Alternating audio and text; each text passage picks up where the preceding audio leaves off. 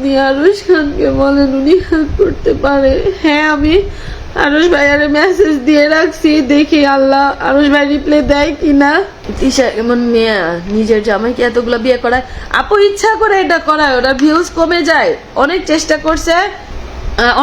করছে আখি আপুকে নিয়ে যাওয়ার জন্য, আখি আপুকে নিতে পারে নাই। শেষে হচ্ছে আমাকে পটাইছে, আমাকে পাটায় সংসারের লোভ দেখাইছে। আমার বাচ্চাটাকে একটা সুন্দর লাইফ দিবে বলে আমাকে নিয়ে যায়, ওরা এই কাজটা করছে।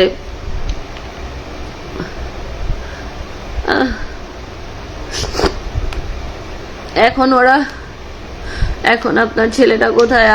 এখন আমার ছেলে আমার সাথে ভাইয়া,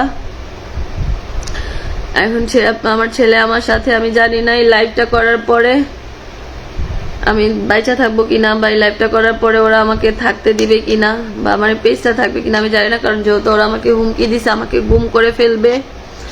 সবাই জানে ওরা খারাপ। আমি নিজের চোখে দেখে আসছি আপু 2টা দিন আমি জাহান্নামে থেকে আসছি।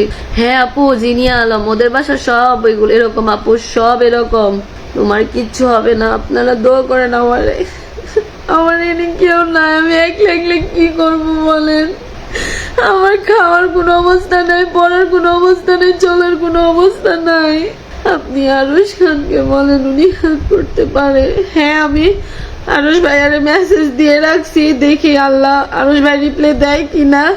ওরা আমারে গুম করে ফেলে দিবে আপু, আপনারা ওরা আমারে আর আমার ছেলেরে মাইরা ফেলবে। আমার কান্নায় ওদের ধ্বংস হইতে হবে। আমি এতিম, আমার বাচ্চাটাও এতিম।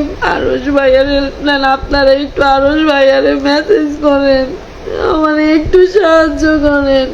হ্যাঁ, জিনিয়া আলম আপু, হ্যাঁ আপু জানতো, জানার পরে ওর বউ যখন এগুলা দেখছে, বলতেছে যে ওদের কমেন্টে নাকি এগুলো আমার ছবিগুলো পোস্ট দিতেছে সবাই, এর জন্য ওদের হচ্ছে বাণিজ্য চলে যাইতেছে। এই জন্য আমার কালকে ওরা এরকম অবস্থা করছে, আমাদের সারাটা রাত আটকায় রাখছে, আমার ফোন নিয়ে গেছে।